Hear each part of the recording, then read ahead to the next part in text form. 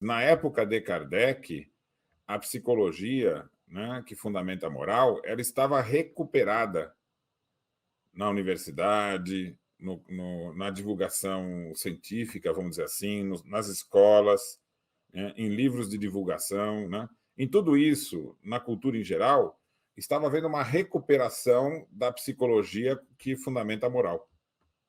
Então, como é que funciona? Você tem uma moral que considera que as leis que regem o corpo são as leis que regem a moral. Então, isso é heteronomia. E como é que ela funciona? O nosso corpo tem sensações. Essas sensações são de dor e prazer, né? A gente tem medo, raiva, né? Então, a heteronomia, ela vai dizer que a moral nossa, ela é consequente das condições emocionais do corpo. Então, aquilo que nos dá alegria e prazer seria o objetivo a alcançar. Fica confundido com alegria. E aquilo que nos traz medo, né, e dor é aquilo que nos afasta. Então, você vê que aí a gente tem um duplo conceito. Você tem coisas que nos causam dor e são consideradas coisas ruins, e as coisas que são consideradas boas. Então, você vai desejar as coisas que são boas e vai evitar as coisas que são ruins. Essa moral é a moral que você, quando vivenciar coisas que são ruins, você vai considerar como castigo. Quando você vivenciar as coisas que você vai considerar como boas, você vai considerar como recompensa. E as coisas boas ou ruins, presta atenção na semântica disso, nas palavras. Existem coisas que eu considero boas e existem coisas que eu considero ruim. As coisas são externas. Então você teria uma dependência de coisas externas, né? Então castigo e recompensa sempre é algo externo. Então essa maneira de pensar iguala o ser humano ao corpo. Aí alguém pode estar nos acompanhando, né? E imaginar assim: mas então a igreja não faz isso, porque ela considera a alma. Aí é que está o detalhe, né? Nós estamos estudando psicologia quando vamos tratar de espiritismo. E quando a igreja vai tratar a alma, ela vai tratar não nos moldes de Platão, mas nos moldes de Aristóteles. E ela vai considerar, então, a alma imanente ao corpo. Então, Kardec vai tratar disso no Céu e Inferno, e ele vai dizer assim: a igreja, como também Aristóteles, consideravam que a nossa alma racional, né, ela é independente do corpo, ela é contemplativa. Ela não tem movimento. Então, não existem fatos da alma. E o Aristóteles vai dizer: a alma age, né, ou se movimenta quando está associada ao desejo. Vocês percebem aí a armadilha conceitual? A razão, né, está associada ao desejo. O desejo é relacionado às coisas do mundo. Então, a heteronomia coloca o ser humano, né, no âmbito do mundo, que o Platão dizia, é o mundo dual, que você tem os opostos, entende? Então, aqui, não sei como é que está aí em Minas, né? Aqui está frio em São Paulo. Então, frio e calor, vocês percebem que são opostos de uma coisa só, que é a temperatura? Então, o que existe é temperatura. Frio e calor são extremos. Então, quando você diz assim, não, eu não gosto de calor, eu gosto do frio. Eu não gosto do frio, eu gosto do calor. Você está colocando preferências em relação a alguma coisa que naturalmente transita entre um e outro. Então, o nosso mundo físico ele é feito de coisas que parecem opostas. Elas vão para os extremos. E quando você vai falar de desejo, ele está relacionado a isso. Abundância, falta, sabe? Fome, frio. São todas coisas relacionadas às necessidades do corpo. Então, você tem uma moral que ela se confunde com as características do corpo, a gente chama isso, então, de heteronomia. O que é autonomia? A autonomia carrega uma certa complexidade. A primeira coisa é você considerar que a alma causa movimento, ou seja, ela tem fatos próprios da alma. E existem fatos próprios da fisiologia. Então, esse passo, Beto, Marisa, Laura, aqueles que nos acompanham, como qualquer ciência, tanto o espiritualismo racional, a psicologia espiritualista, quanto o espiritismo, que é complemento dessa. Então, já chegando na pergunta do Beto, né? Por que o espiritismo é complemento do espiritualismo racional? Porque o espiritismo não funda uma psicologia. Ele aprofunda a psicologia do espiritualismo racional, a psicologia que inicia com Mene de Biran. Então, funciona assim. O Mene de Biran, diferente do que dizia a igreja, Aristóteles, um materialista, que ia dizer assim, a alma ela não existe separada do corpo. O ser humano, quando ele age por meio do corpo. Então, a alma ela é dependente das funções fisiológicas. Então, quando você vai falar de prazer e dor, você está falando das duas sensações que comandam a moral humana. Então, a moral humana ela se confundiria com as leis da fisiologia. E a fisiologia a gente sabe que funciona em função da preservação do corpo e não da moral da alma. Então, esse é o ponto inicial. Gente, não dá para você estudar espiritismo, conhecer espiritismo, falar do espiritismo, sem começar por ele. Por isso que nós estamos falando agora. Então, nós vamos ter determinadas leis da alma e determinadas leis do corpo. Por que as pessoas se confundem? Porque uma grande parte dos espíritas imaginam que você ir para o mundo espiritual, imaginam que é um segundo corpo, que você vai ter as mesmas sensações que você tem com o corpo físico, entendeu? Se fosse isso, gente, a vida seria uma eterna continuidade. E a moral seria fundamentada nas leis biológicas. Porque você, no mundo espiritual, você faz coisa errada, você vai ter dor. Se você fez coisas boas, você vai, então, ter satisfação, prazer, alegria. Você está mantendo a relação fisiológica, né? Isso nem é o pensamento católico, né? Porque o pensamento católico considera que o Deus vai primeiro destruir esse mundo para criar um outro. E aí as leis continuam sendo biológicas. Então, para você entender o espiritismo, a gente tem que estudar com mais profundidade. E uma das formas de estudar com mais profundidade é perceber que você tem que entender uma psicologia para compreender o aprofundamento da psicologia, que é o espiritismo. Então, Kardec, como você tinha livros, gente, as pessoas estudavam essa psicologia no colégio, na primeira metade do século, né? Então, você tinha livros didáticos para estudar isso. Ele não precisava reproduzir na doutrina espírita toda a ciência da psicologia. Então, essa aqui é a dificuldade. A gente lê as obras de Kardec e, se não souber disso, nós não vamos entender o vocabulário utilizado por Kardec. E o vocabulário está atrelado justamente a você considerar os fenômenos ligados ao corpo e os fenômenos ligados à alma. Então, nós temos vida animal e vida da alma. Nós temos fenômenos psicológicos e fenômenos fisiológicos. Então, o que está num e o que não está no outro, né? Quando você vai ler livros conclusivos, como a Gênese, Kardec usa esse vocabulário e esses fundamentos, conceitos da psicologia, o livro todo. Né? Se você não conhecer isso, o livro fica extremamente enigmático. Então, vamos aqui pegar. Quais são as características da vida animal? Instintos, emoções e sensações físicas.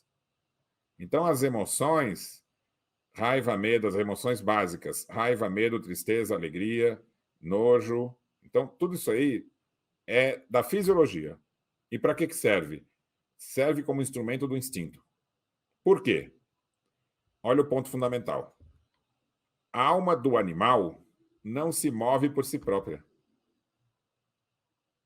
Por que o que significa uma alma mover-se por si própria? ela realizar os atos psicológicos, são os atos da alma. E quais são os atos da alma? Os atos da razão, da vontade e da imaginação. Pegaram aí? Pegou, Lauro? Está acompanhando? Porque está fazendo um cara que está entendendo, mas não sei se está entendendo mesmo. Não, vamos junto. Porque a pessoa que faz cara que está entendendo, Lauro, ela põe a mão no queixo, assim, ó, igual o Beto, tá vendo? Ó? Mão no queixo é sinônimo de estou entendendo. Então veja só. Vou fazer uma pegadinha aqui. Olha lá, que coisa boa. Caramba, isso é antigo, hein? Nossa, que coisa antiga que vocês acharam aí. Então, da alma, no corpo físico, olha lá, muito bom. Consciência, vontade, razão, sensibilidade. Quando você pega Emmanuel, por exemplo, e isso é um estudo mais recente que nós fizemos, que foi verificar a psicologia de Emmanuel. E já constatamos que é perfeitamente a psicologia na qual Kardec se baseia.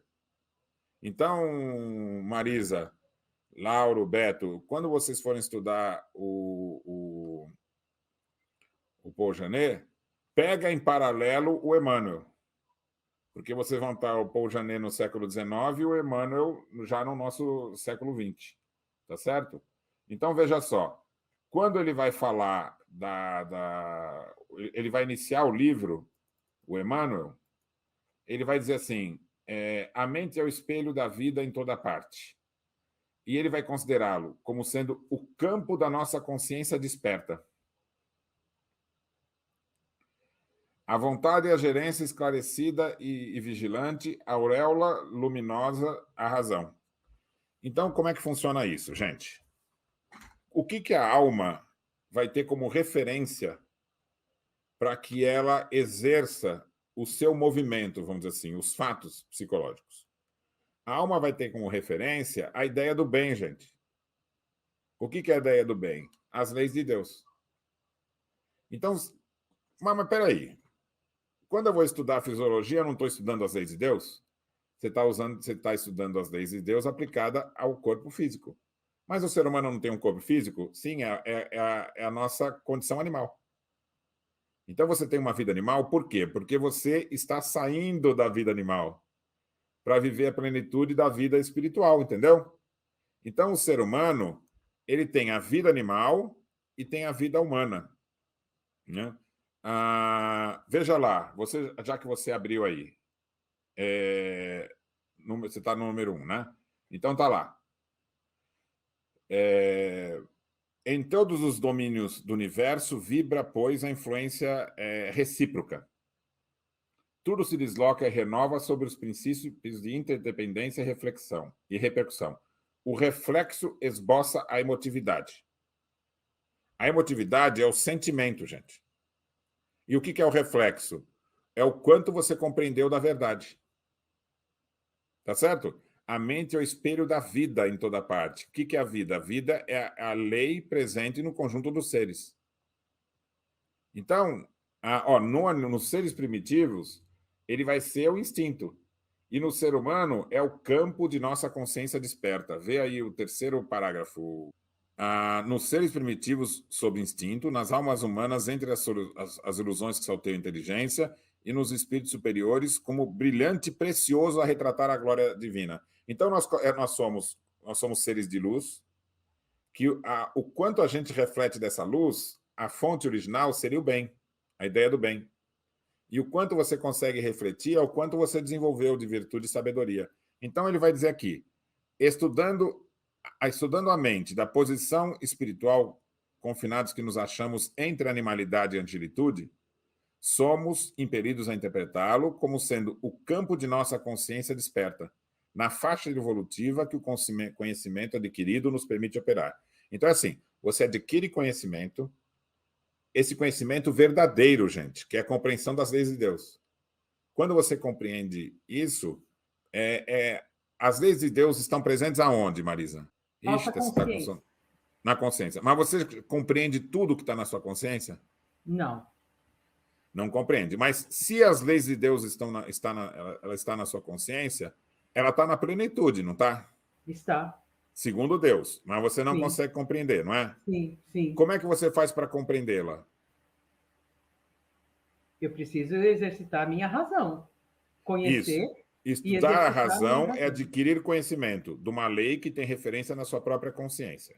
Sim. A parte que você já compreendeu da lei é o quanto você despertou da consciência. Entendeu? Por isso que o Entendi. Emmanuel fala consciência desperta. O quanto eu consegui despertar da minha consciência por meio da razão.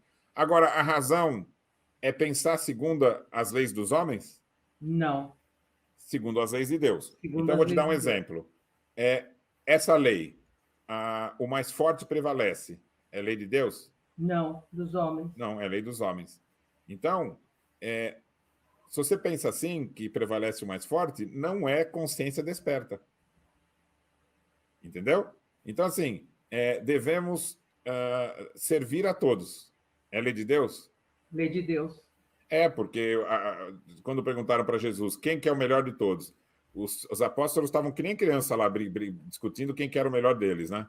Sim. Jesus vai embora, quem é o melhor de nós para comandar, e discutindo. E aí, quando Jesus vê essa discussão, ele diz assim, olha, o melhor de todos é aquele que mais serve. Aquele que mais serve aos outros é que é o melhor de todos. Então, você vê que tem uma inversão do mais forte, né? Sim. E é aquele que o mais ferve. Então, essa lei de Deus, se você conseguir compreendê-la na sua plenitude, a sua consciência está desperta. Por quê? Você vai exercer a sua vontade a partir disso, e não da lei do mais forte. Então, é só um exemplozinho para a gente entender. Então, a razão não é inteligência. A razão é a inteligência iluminada pela lei. E a vontade não é simples, não é desejo. É a vontade esclarecida pela lei. Nesse sentido aí, a gente estudando o Paul Janet, ele falou para nós o seguinte, que essa vontade, para que ela seja, de fato, exercida na sua plenitude, na autonomia, que ela não pode sofrer coação interna nem externa, ou seja, arrastamento íntimo de paixões, seja de que natureza for, e nem externamente, mediante até as leis dos homens, que ele, essa vontade ela não sofre nenhum tipo de coerção. Isso. E como é que ficaria isso em espiritismo, né? Isso. Onde nós vamos ter evolução para o espiritismo? Primeiro, o espiritismo não altera essa psicologia, ele a confirma. Então, quando você tem no corpo, você tem vontade, razão e imaginação, mas também tem instinto, paixões, emoções, entendeu? Você tem um conjunto todo.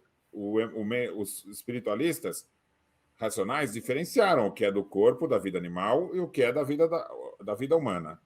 Tá, agora tem uma questão que os espiritualistas não conseguiram resolver, que é a seguinte, o que acontece após a morte? Você continua tendo, por meio do envoltório espiritual, que é o perispírito, as mesmas sensações que você tinha do corpo? O perispírito tem sensações equivalentes à do corpo? A minha resposta é peremptória. Não, nós, com nossa mente, a gente cria. Criar ilusão. Se você achar que tem qualquer sensação, você vai ter ilusão. Tá certo? Tem uma diferença muito grande entre ignorância e ilusão. Na ignorância, você não vai criar algo que não existe. A ilusão, você precisa usar a razão para criar. Então, o apego é que vai gerar o sofrimento no mundo espiritual, entendeu? Por isso que o simples não sofre. Porque a ilusão, você precisa usar a inteligência para criar. Você tem que criar uma ideia errada para viver em função dela, entendeu? Depois da morte, aí acabou o espiritualismo racional, eles não falam nada. Aí Kardec vai perguntar para os espíritos. Os espíritos continuam tendo sensações de dor e prazer? Resposta: Não. não. Os espíritos continuam tendo as emoções de raiva? Não. Isso que tem que ficar claro. Raiva, medo, tristeza, alegria são sensações, gente, provocadas no cérebro.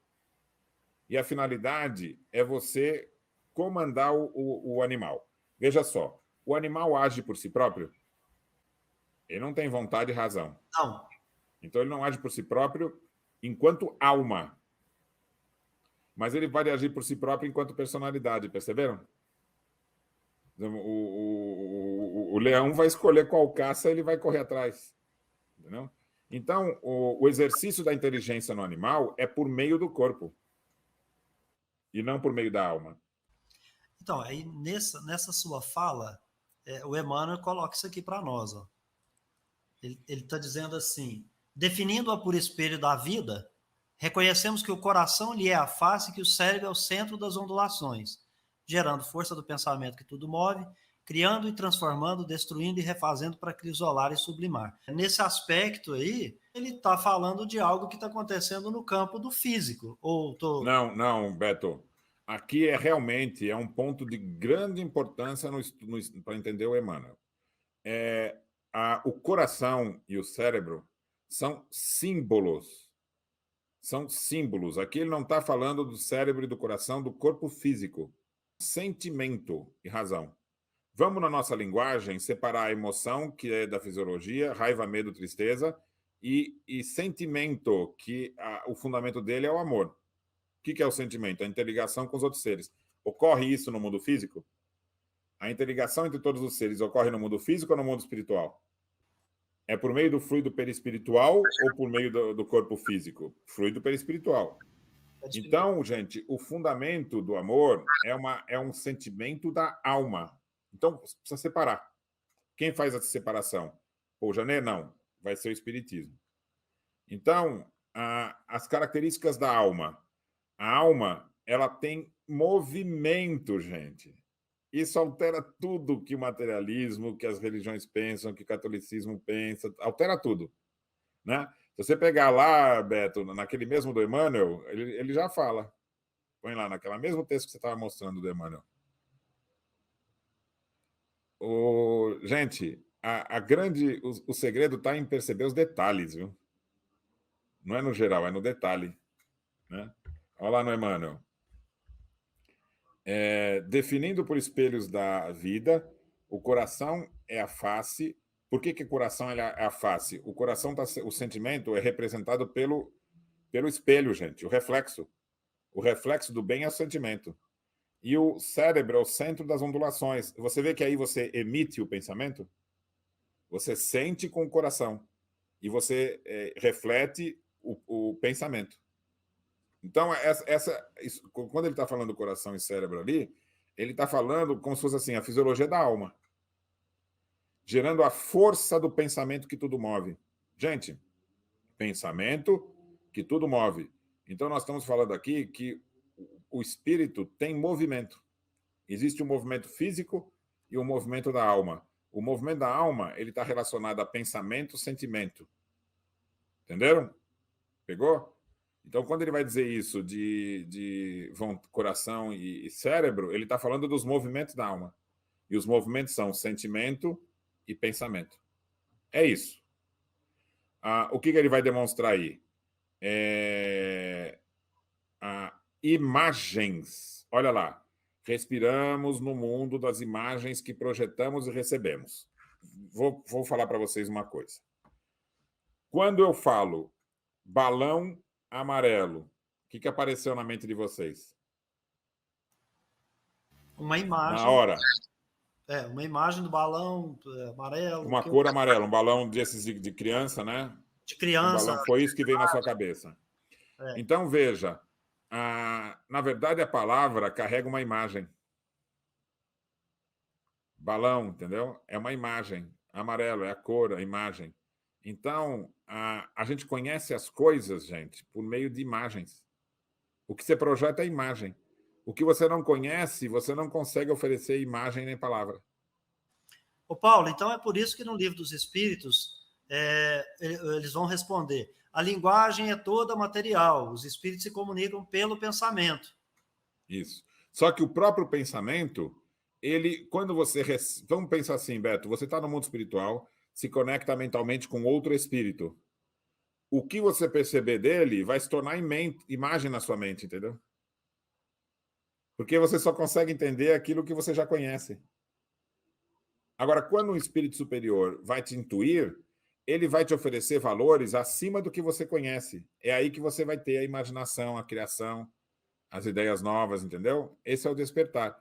Então, o que a alma faz? Ela se movimenta. E quais são as formas dessa movimentação?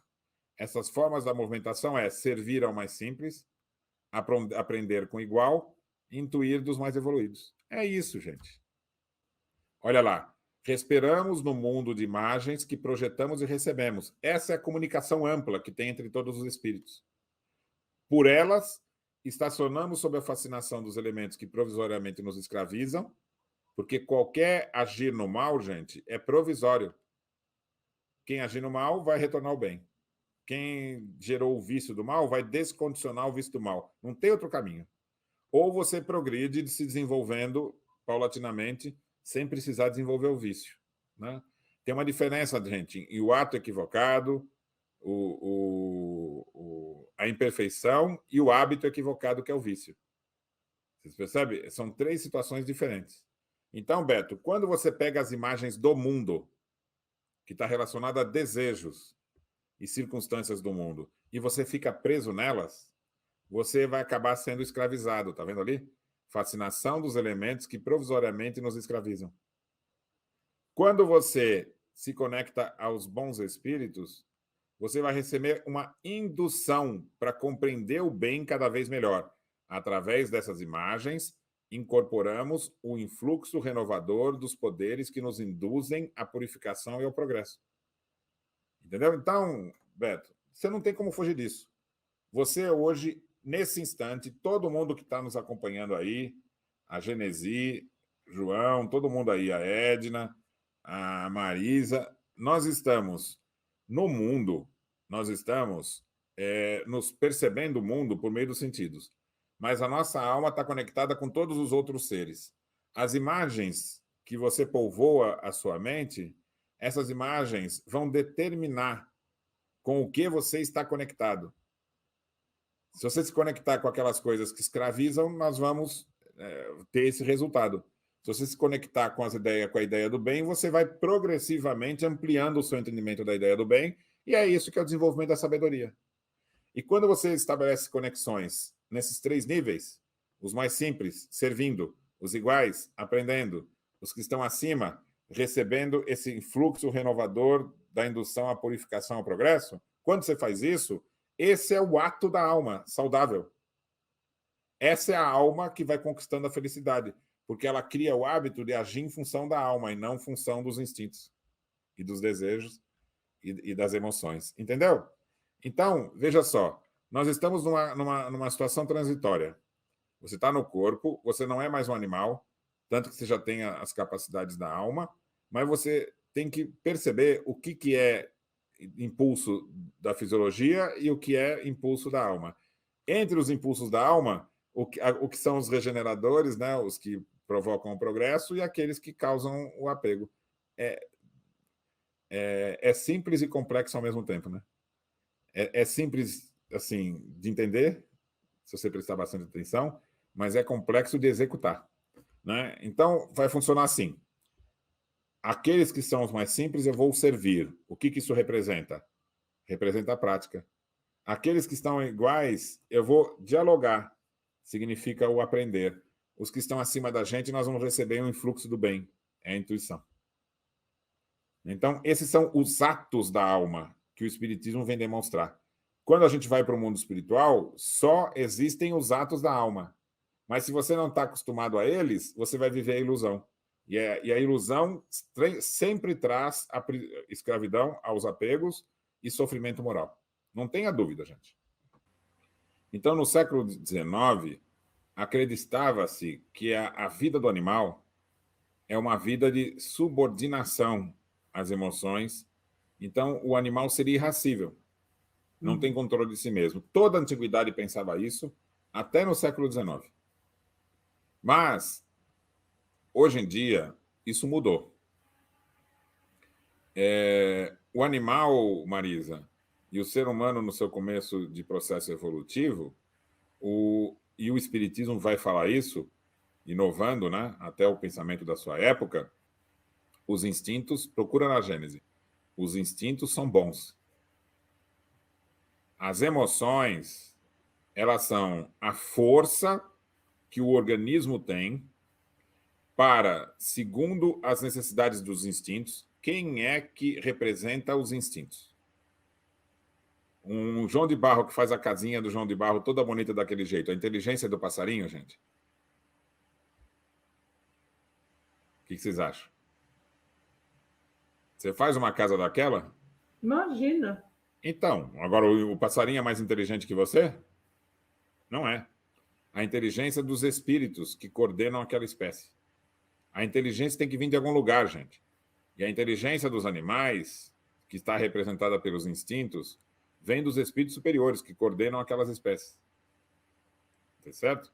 Então, o animal ele vai agir induzido, porque ele não tem ainda inteligência própria para exercer a vida dele. Então, tanto os instintos quanto as emoções, gente, no animal, é assim, o animal não tem movimento próprio com relação às coisas da alma. Então, ele é induzido ao movimento pelos desejos, instintos e emoções. Então, olha lá, o instinto é a força oculta que leva os seres orgânicos a atos espontâneos e involuntários, visando a sua conservação. Né? Não existe reflexão ali, ó, nem coordenação, nem premeditação. Agora, pega o seguinte, por que os animais, a planta, exercem a função adequadamente? Por que os animais exercem os seus desejos adequadamente? Por que, gente? A estrutura que os espíritos criaram para a vida do animal é de equilíbrio. Então, os nossos instintos e emoções, eles são acionados no limite do necessário, gente. O mote da natureza é harmonia. O instinto é um guia seguro, que não se engana nunca. Ou seja, é mais seguro que a inteligência. Entendeu? Então, isso, gente, nem é próprio da época. Isso é próprio de uma antecipação que o Espiritismo faz da verdade. Então, a vida animal é uma vida regulada pelo equilíbrio, Marisa. Dizendo isso, vamos voltar na sua questão. Tem algum arrastamento das emoções e dos instintos para o mal? Não. Nenhum. Zero. Nenhum. Então, tudo aquilo que a vida animal nos oferece é condição de equilíbrio. Então, veja, se o animal tem equilíbrio, quando ele vai usar um corpo em função dos instintos, das emoções, aonde está o abuso? Aonde está o abuso da emoção? O abuso da emoção ocorre por algum animal? Não. Não, porque ele não tem uma vontade para se sobrepor aos desejos, às emoções. Entenderam isso? Sim. O simples ignorante, ele tem controle? Não. Simples ignorante. Ele ainda não desenvolveu o sentimento, ignorante não desenvolveu a capacidade de controlar o pensamento. Então, Sim. se ele não tem ainda a capacidade racional, ele não tem vontade. O que o Emmanuel fala sobre vontade? Vamos lá, no item 2 do livro Pensamento e Vida. Olha lá. A vontade é gerente, esclarecida e vigilante, governando todos os setores da ação mental. Tá ali, ó. Isso. Aí vê a de baixo também grifa a divina providência concedeu-a pelo quê, gente? A auréola luminosa razão. Depois do caminho todinho que você fez pelos instintos. Então, a vontade, ela é associada à razão. Eu não sei se vocês vão lembrar o que eu falei lá no início do Aristóteles. Acho que não gravaram o que eu falei. Eu disse assim, que o Aristóteles falava, e a igreja também acredita, que a razão é subordinada ao desejo. Você falava também que a alma seria imanente. Isso. Então, Beto, o desejo é do corpo. Entendeu? Então, o desejo é para impulsionar o animal. O ser humano não tem que ser impulsionado pelo desejo, ele tem que ser impulsionado pela vontade. Que é o quê? Que é o ato controlado, tá vendo? A vontade é gerência esclarecida e vigilante. No animal, quem é que comanda? Não é o desejo? Sim. Só que o cérebro aciona o desejo em função da necessidade e para quando chegou no ponto. Por exemplo, o animal vai ter o desejo de comer até que chegou na saciedade, o corpo para o desejo. Então, não é uma força do animal, é uma força induzida. Percebe isso? Vontade como gerência esclarecida da... Isso, a vontade e o desejo. Você percebe o desejo, mas você não age em função dele. Tem uma coisa muito comum, que hoje o conselho dos nutricionistas, né? Para você ter um controle da sua alimentação. O que ele vai dizer? Ele vai dizer assim, se você for pela exaltação do desejo, você não tem controle nenhum. Você tem que usar a razão e a vontade para poder controlar o desejo. Gente, o nutricionista está falando da psicologia espírita. Porque a vontade é a capacidade da alma. Se o indivíduo começou a se desenvolver e ele gerou um apego, aí ele está fazendo com que o desejo fale mais forte que a vontade. Então ele criou o problema para ele mesmo, entendeu? Exatamente. Então, mas isso não são todos que fazem, Marisa. Muitos não. É estatística. Ninguém está fadado a ter apego. O apego é circunstancial. Se você gerou, você entrou na estatística daqueles que geraram apego. Qual que é o problema do apego? O apego, ele vai colocando você em ato irracional, concorda? Plenamente. E aí você pode cair no vício, sem perceber. O vício, quando você começa a repetir muito o apego, acaba virando um vício, é um hábito, você condiciona. Aí você não consegue controlar mais mesmo. Isso vai precisar de grande esforço para descondicionar um hábito. A mesma coisa que hoje a humanidade já estudou e conhece sobre o vício da bebida, o vício do álcool, o vício do cigarro, o vício das drogas. Todos esses vícios são condicionamentos. Egoísmo e orgulho é condicionamento moral, gente. Então, começou com apego e virou um vício. Quando vira o vício, você já não consegue mais controlar, você perde até a noção da natureza, que foi você mesmo que criou, entendeu? Então, é com isso que nós estamos lidando. A alma humana, gente, tem como finalidade exercer o domínio sobre a vontade e sobre a razão. E como é que ela exerce o domínio sobre a vontade e sobre a razão? Vivenciando as coisas do mundo, gente, o dia a dia normal. Só que nesse dia a dia, quem vai mandar é você, seja senhor de si mesmo, o autocontrole, e não o instintos, emoções e paixões. Por quê? Porque o animal, gente, vive em função da harmonia da natureza e ele não consegue produzir o seu próprio alimento. Ele vai buscar o alimento que a espécie dele recebeu a determinação pela estrutura da natureza.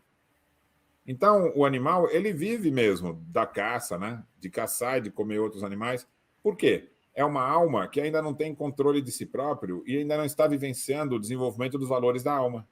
Ele está aprendendo a lidar com os potenciais da inteligência, entendeu? Pela repetição. E o ser humano, não. Então, a grande dificuldade é essa. A gente ter ideia... Luiz, é exatamente isso, né? Como a reencarnação existe, você vai construindo a sua individualidade, independente da personalidade. E a individualidade da alma vira um indutor do comportamento da personalidade. O que a gente precisa saber é o seguinte, gente. Não tem arrastamento ao mal. Nem todo mundo tem vício moral. Entendeu? Você pode ter imperfeições morais, né? Você pode ter atos equivocados, né? Mas o vício, ele tem que ser... você tem que pôr força para conseguir transformar num vício. Então, a pessoa que já criou um vício vai ter que trabalhar para superar o vício. Né? A imperfeição é um pouco mais fácil, porque você consegue prestar atenção nela e alterando o hábito. Né? A luta contra um hábito é o mesmo esforço da luta contra o apego à bebida, ao cigarro, às drogas. Né? A imperfeição é quando ainda não compreendemos a lei da alma. Não, Genesi. Eu vou ter que dizer um não para você, porque essa é uma confusão que os espíritas fazem e é muito contraproducente. Veja, imperfeição está no meio caminho entre o ato equivocado e o vício moral. Então, a imperfeição, quando você ainda não compreende a lei da alma, significa ignorância. Imperfeição não é ignorância. Tá certo? Então, como você não precisa passar pela imperfeição para você se desenvolver, a imperfeição nasce do apego. Então, quando você faz um ato equivocado e você o repete constantemente, ele vira uma imperfeição. Quando se torna um hábito, você passa a fazer sem perceber. Entendeu? É a mesma coisa do cotidiano nosso, gente. Você não tem hábitos condicionados, coisas que você nem percebe mais que faz? Ou não? Não acontece com vocês? Às vezes você se irrita com uma coisa que você faz, você fala, cara, mas não quero mais fazer aquilo. O primeiro passo para você mudar um hábito que você não quer, você não tem que primeiro ficar consciente. Porque você fala assim, eu não quero mais fazer tal coisa que eu faço de manhã toda vez. Você só lembra à tarde. Você lembra à noite. Ai, caramba, eu fiz de novo. Até que você fique consciente na hora que faz. E aí, por várias vezes, você vai ter que impedir de fazer, até que você perde aquele hábito. É a mesma coisa o vício moral. Então, nós temos o ato equivocado, temos a ignorância, o ato equivocado, que você vai perceber qual é o correto e vai agir pelo correto, imperfeição e depois vira vício. Então, a gente pode ter coisas em todos esses graus, ou não ter. Estatisticamente, grande parte das pessoas não passa pelas imperfeições e vícios. E as religiões falam do arrastamento ao mal, o corpo arrasta para o mal. É falsa essa ideia.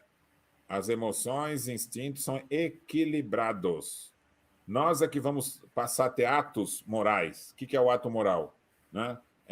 Se você está com fome, o que você faz diante da comida? O corpo fala, coma. Mas se eu conscientemente sei de alguém que está com mais fome que eu divido. Ou até ofereço a comida. E falo, depois eu vou atrás de outra. Entendeu? Esse ato não é instintivo.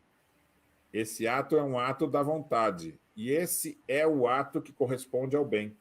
É eu pensar em todos, não pensar só em mim mesmo. Aqui no mundo, a gente tem um aparente. É aparente achar que são separados uns dos outros. Lembra que eu te falei do choque, Beto? Que você pega dois objetos e bate, ele choca? Se eu fizer isso com a minha mão, bate uma na outra. E se eu batesse na sua mão, também não conseguiríamos fazer isso? Então parece que nós estamos separados, mas isso é artificial. No mundo espiritual, você não tem separação, porque nós estamos atuando no mesmo pleno. Mas então todos os espíritos se misturam? Não. A gente altera a sintonia conforme o grau. Se eu estou mais denso, eu vou me sintonizar com os espíritos mais densos. Se eu estou menos denso, eu vou sintonizar com os menos densos. E isso vai criar uma grande relação entre todos os seres. O que Kardec vai propor aqui é o seguinte: a felicidade está na comunhão de pensamento que unem os seres que simpatizam. O que é simpatizar? Sintonizar. Então, quando eu me sintonizo com outros espíritos, a gente cria uma força maior do que se estivesse sozinho. Kardec, esse parágrafo aqui, Beto, é surpreendente como Kardec conseguiu colocar tanta síntese num parágrafo só. Se você vai para o mundo espiritual e você não se desenvolveu segundo as faculdades da alma, o que você acha que você é? Não é o corpo? Entendeu? Se eu olhar para o Lauro, para o Beto, né? Assim, como é que você se identifica? Quando você olha no espelho e vê seu corpo, não é? Então, se você vai para o mundo espiritual e ainda você não tem um desenvolvimento enquanto alma, você vai achar que você é o corpo, gente. Não estou falando isso de ser mal ou bem. Estou dizendo que é natural. Se você pegar um espírito nas primeiras encarnações, ele chega no mundo espiritual, ele acha que ele está no corpo. E que o corpo é o que o representa, tá certo? Imagina se um espírito simples, que teve poucas vidas, chegasse no mundo espiritual e virasse fumaça, sabe? Ele perderia a identidade. Ele tem que se olhar, ele tem que se ver. Eu sou este corpo. Então, isso é o condicionamento da alma que ainda está muito no início da evolução enquanto espírito. Conforme você vai se evoluindo enquanto espírito, você vai estar desenvolvendo as faculdades da alma, que é o que Kardec colocou aí.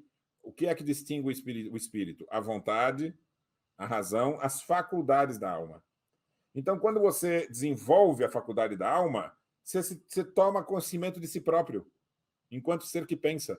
Gente, isso é uma noção de realidade muito mais forte do que a existência do corpo. É o que o Descartes falou, penso, logo existo, entendeu? Eu sei que eu existo porque eu penso. Agora, se ele acha que ele tem corpo no mundo espiritual, ele vai imaginar que tem choque. Aí se o cara for dar uma paulada nele e ele tá sabe, com apego, com confusão mental, aí ele vai sentir a paulada e vai sair correndo, entendeu? Então a reação física do mundo do espírito no mundo espiritual, gente, é um reflexo que ele não está entendendo a realidade do mundo espiritual. Então, como que o espírito... A gente fala assim, mas eu queria chegar no mundo espiritual, eu queria sair voando para todo lado, eu queria conhecer outros mundos. Tudo bem, você vai conquistar essa liberdade, mas para você conquistar essa liberdade, você tem que ter desapego. Se você não tiver desapego, você fica preso à sua identidade como sendo o corpo. E quando você começa a desenvolver-se mentalmente, você vai ter mais noção ainda, Beto, da sua identidade. Porque você se conecta aos outros espíritos e mais forte ainda o eu surge, como sendo um foco atuante, entendeu? Então, olha que beleza que Kardec vai falar. Os espíritos felizes atraindo-se mutuamente, atraindo-se. Então, você vê, a conexão ocorre pela identidade de ideia, gosto e sentimento. Ideia, gosto e sentimento. Ideia, pensamento e sentimento. Sentir e pensar são os valores, gente. O gosto é escolha. Então, olha que incrível. Ideia, razão. Gosto, escolha, vontade. E sentimento é o amor, o sentimento. Então, ele vai dizer assim, para você se conectar com os outros seres, você tem que desenvolver as faculdades da alma. Razão, vontade, imaginação e o sentimento.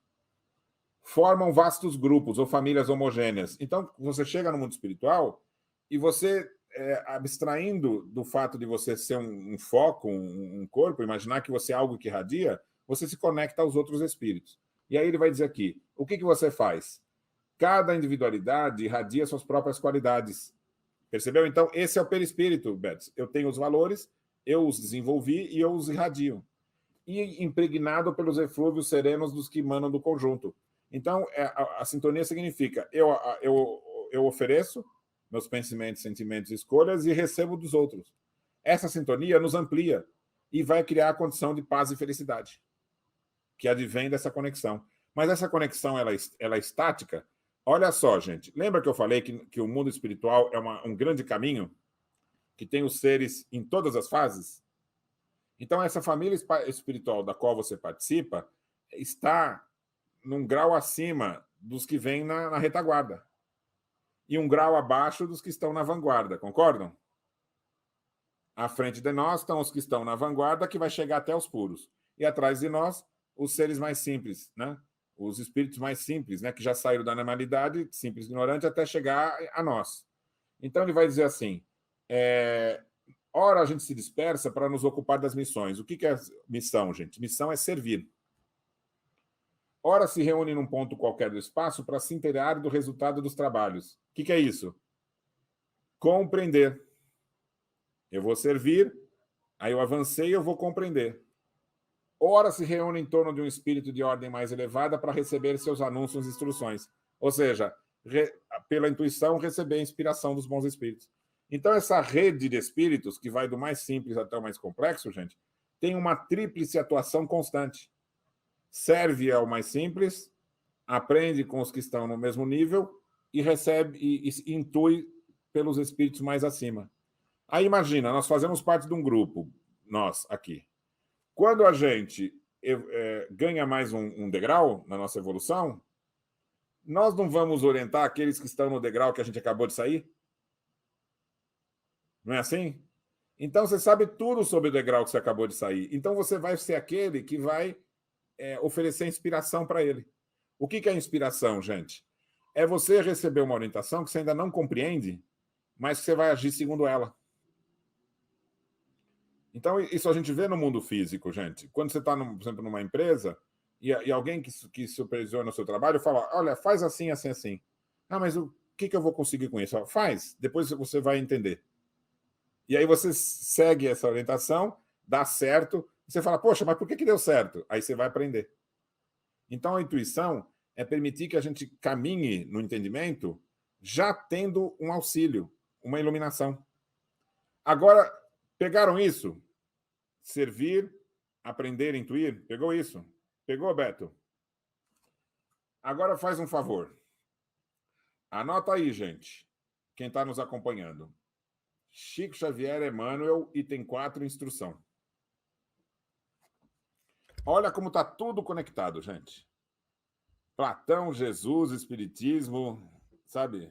Está tudo conectado. esse trabalho aqui do Emmanuel é as instruções que os espíritos recebem nos estudos no mundo espiritual para se preparar para encarnar. Aí ele vai dizer assim: já se disse que 2 asas conduzirão o espírito humano à presença de Deus. O que significa isso?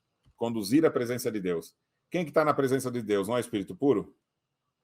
Então nós todos caminhamos para a condição de vivenciar a presença de Deus, compreender a presença de Deus. Uma se chama amor e outra sabedoria. Agora eu pergunto, nós estamos falando de moral? Estamos. Só que agora a gente vai entender as leis da moral. Pelo amor, que acima de tudo é serviço ao semelhante, a criatura se ilumina e a formoseia por dentro. Então veja lá. Pelo amor, que acima de tudo é serviço ao semelhante, a criatura se ilumina e a formoseia por dentro. Do que ele está falando? O seu perispírito não vai se tornar menos denso conforme você é útil? Então ele está falando disso. Você se iluminar por dentro é você poder emitir essa luz para fora. Então, quando você emite o melhor do seu pensamento, do seu sentimento, você está oferecendo isso para quem é que você vai ajudar. Então, ele vai chamar de amor o servir. Lembra que eu falei que tem 3 funções do espírito? Servir, aprender e intuir? Olha que nós vamos ver os 3 aqui. Então, emitindo em favor dos outros o reflexo das suas próprias virtudes. Reflexo das próprias virtudes é a simbologia do seu perispírito emitindo os sentimentos ao que está à volta. Lembra que Kardec falou? Você emite os seus sentimentos, as suas virtudes, e se conecta com a dos outros. Entendeu? Então, no mundo espiritual, quando você faz uso da virtude, você se conecta com os espíritos que estão no seu nível e ajuda aqueles que estão na retaguarda. E agora, olha só. E pela sabedoria, que começa na aquisição do conhecimento, gente, aquisição de conhecimento não é o aprender? Então, nós vimos servir e aprender. Recolhe a influência dos vanguardeiros do progresso. Não são aqueles que estão à frente? Vanguardeiros. Que lhe comunicam os reflexos da própria grandeza, impelindo por alto. O que é isso aqui? A intuição. Então, a nossa relação com a verdade, com a ideia do bem, com as leis. Então, Beto, veja só, Beto. Cada um vai aprender uma verdade própria sua? Impossível. Porque aprender a verdade é se conectar com o bem. Então, o aprender o bem é estar em sintonia com essa grande rede que reflete a unidade, que é Deus. De que forma? 3 ações simultâneas. Servir, aprender e intuir. O que eu uso para aprender? A inteligência. Mas a inteligência das leis, que chama razão. Então, o desenvolvimento racional, gente, é você compreender as leis. Né? Mas como é que eu compreendo a lei? Servindo. Mas como é que eu vou servir se eu não sei tudo? Intuição. Então, todo ato humano, verdadeiramente, ele serve, aprende e é intuído. Então, o que nós temos que buscar fazer? Aí ele vai colocar, olha, através do amor, valorizamos-nos para a vida. Você se valoriza para a vida. Percebeu a autonomia? A autonomia é, por meu esforço, eu vou me valorizar para a vida. Através do amor, valorizamos-nos. Você se valoriza para a vida. O que é vida? É o símbolo dessa grande rede de espíritos. Através da sabedoria, somos pela vida valorizado. Aí, veja só, Beto. Você está servindo e aprendendo. Vem um espírito superior e fala, vou intuir. Você é que busca a conexão para ser útil e aprender. Então, aprender nunca é sozinho, é com outros que pensam igual.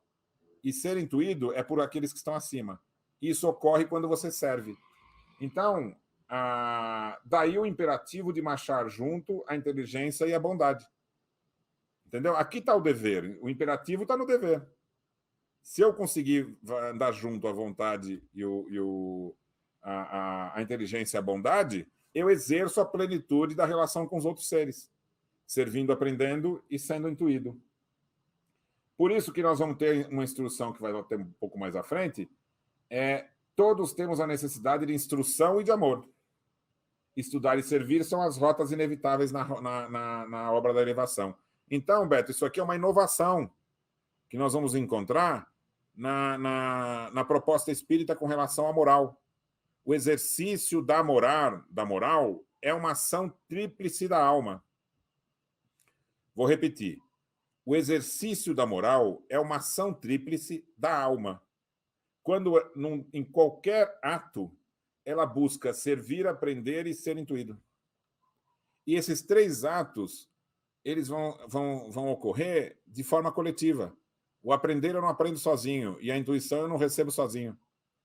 Então, eu estou sempre em sintonia. Essa sintonia é fundamental, porque quando eu vou agir, mesmo que eu esteja no mundo físico, Beto, quando eu vou agir em função de alguém, eu vou ajudar alguém.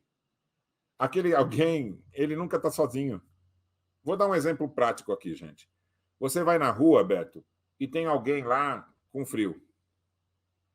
Aí você tem lá uma coberta, você tem lá até mesmo um agasalho, e você chega para a pessoa e fala assim, posso te oferecer esse agasalho? A pessoa fala, puxa, mas não é seu? Eu falei assim, isso aqui é de quem estiver mais precisando. Eu vi um videozinho esses dias, gente, que me mexeu muito, viu? Lá na região ali da Palestina, um senhor de rua, cheio de papelão em volta, vem um rapaz e pega uma nota de dinheiro. Chama ele assim e entrega esse dinheiro. Aí ele fala, mas o que é isso? Ele falou assim, isso aqui é para você. Ele falou assim, mas tem gente que precisa mais que eu. Não, mas eu estou querendo dar isso aqui para você. Ele falou, mas tem gente órfã, tem família com fome, eu estou bem. Ele falou, não, mas eu quero dar isso para o senhor. Ele falou assim, mas isso aqui não me pertence. Aí, para conseguir entregar aquilo para aquele senhor, ele teve que falar assim, olha, vai ter um outro dinheiro que eu vou dar para o órfão. Esse aqui é para você. E com muita insistência ele pega e joga beijo para o rapaz. Mas me tocou tanto, porque pela expressão você viu que ele estava sendo profundamente sincero. Ele estava se sentindo mal, contrariado de pegar aquele dinheiro como se fosse algo que ele não merecesse, sabe? Então, a gente começa a ver que no ser humano, veja só, se você for ajudar aquele senhor, gente, ele não tem família espiritual? Ele não tem os outros espíritos que são familiares dele? Ele não está enfrentando uma missão, lembra? A missão de vivenciar aquelas circunstâncias para aprender com ela? Né? Você não está sendo intuído por um bom espírito e ele também? Então, nunca você vai fazer um ato, quando a gente fala caridade desinteressada, é que assim, você tem coragem de, quando você faz um ato desse, você dizer que você que fez? É a gente começar a ter a noção de que qualquer ato que você faça e que ele dê um bom resultado, essa conquista não lhe pertence. Entendeu? Quando Jesus chegou para aqueles que estavam criticando que ele estava curando num sábado, né, ele fala assim, eu não estou curando porque eu quero. Eu estou agindo segundo a vontade de Deus. Então, eu não estou infringindo a lei de descansar no sábado, porque eu não estou fazendo o que eu quero no sábado. Eu não estou indo no sábado, sabe? Se você pensar assim, guarda o sábado para servir a Deus. Não é essa a ideia? Então, o que eu não vou fazer? Eu não vou ficar trabalhando, não vou fazer coisas para mim mesmo, não vou viver o lazer, entendeu? Eu vou agir em função de Deus. O que Deus quer quando eu estou diante de um doente? Não é ajudá-lo? Então, eu não estou fazendo a minha vontade, estou fazendo a vontade de Deus. Então, estou cumprindo a lei, disse Jesus. Aí o outro dizer, não, mas se você fizer isso, você é impuro e você está tomado pelo diabo. Ele fala assim, peraí, mas o diabo vai curar? O diabo não se volta contra si próprio. O diabo é o agir mal. E eu estou agindo bem. Então, isso deve ter dado um nó na cabeça dos caras, né? Naquela época. Mas, pelo Espiritismo, a gente entende o que ele está querendo dizer, né? Quando você age no bem e isso tem resultado, você não está fazendo sozinho. Então, faça o bem compreendendo o que é fazer o bem. E fazer o bem é agir de forma coletiva. E é só assim que a gente vai quebrar essas coisas no mundo, de você querer achar que qualquer coisa que você faça, você tem que ser muito bem recompensado, porque você fez muito bem feito, entendeu? Nós temos que romper essa questão de recompensa, sabe? Pô, eu sou um exímio naquilo que eu faço, eu tenho que ganhar muito, eu tenho que ser um... Outro dia eu vi um rapaz na internet dizendo que tinha chegado no espiritismo, mas que ele não estava entendendo nada, porque ele trabalhava num emprego e nesse emprego tinham mandado um monte de gente embora e ficou ele. E aí ele estava sendo sobrecarregado. E ele falou, eu não ganhava para isso. Aí eu abandonou o emprego. Agora eu estou sem emprego e já entrei para o espiritismo e não consegui um emprego. Eu falei, nossa, você não está entendendo nada, né? Primeira coisa, se se mandaram muita gente embora e você ficou, é porque confiavam em você.